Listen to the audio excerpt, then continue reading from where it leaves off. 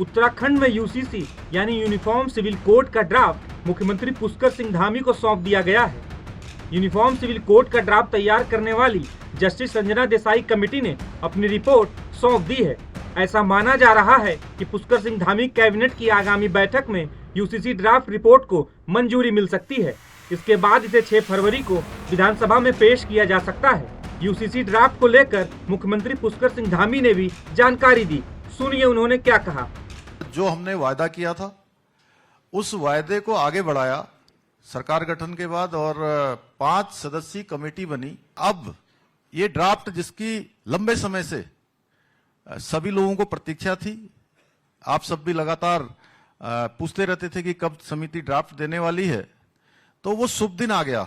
10% परिवारों का इसमें कहीं ना कहीं उनके विचार सम्मिलित हो गए। विधानसभा का जो हमने विशेष सत्र ये विशेष सत्र आ रहा है, इस सत्र में इसको रखेंगे और जो कानून बनना है, एक्ट बनना है, विधेयक बनना है, उस दिशा में हम आगे बढ़ेंगे। बता दें कि उत्तराखंड विधानसभा का बजट सत्र 5 फरवरी से शुरू हो रहा है।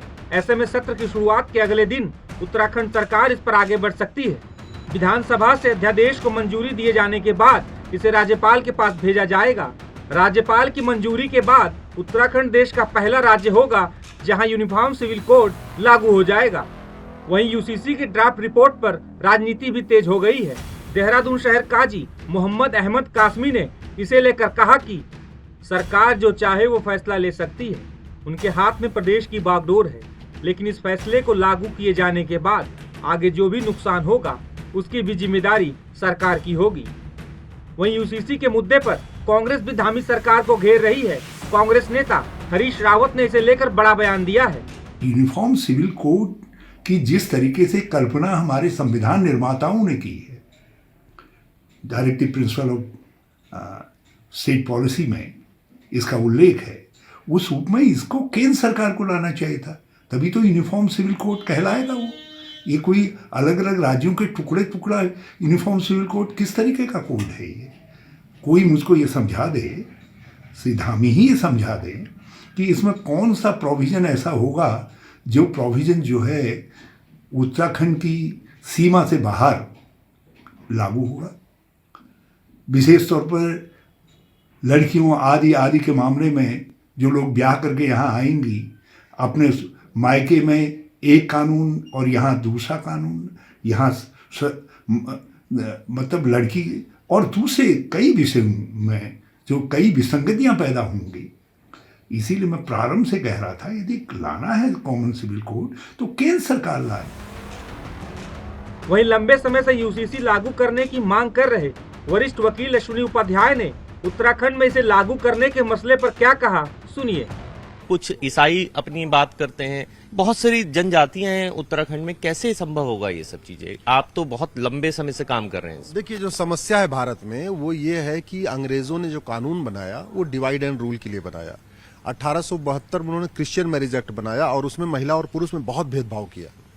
1936 में उन्होंने पारसी मैरिज एक्ट बनाया, उसमें महिला और पुरुष में बहुत भेदभाव किया।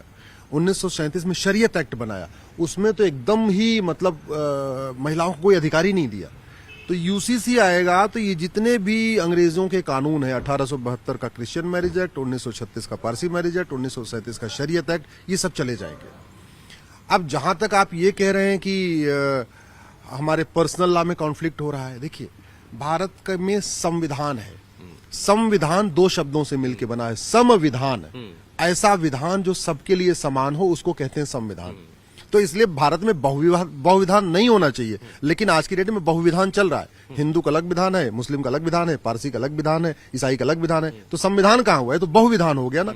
तो यूसीसी का मतलब बहुविधान खत्म होगा, संविधान वास्तव में लागू होगा। बता दें कि देश भर में समय समय पर यूसीसी को लागू करने की मांग उठती रही है। बीजेपी भी देश भर में यूसीसी लाए जाने की वकालत करती रही है। टाइम्स नाउ भारत डिजिटल की रिपोर्ट।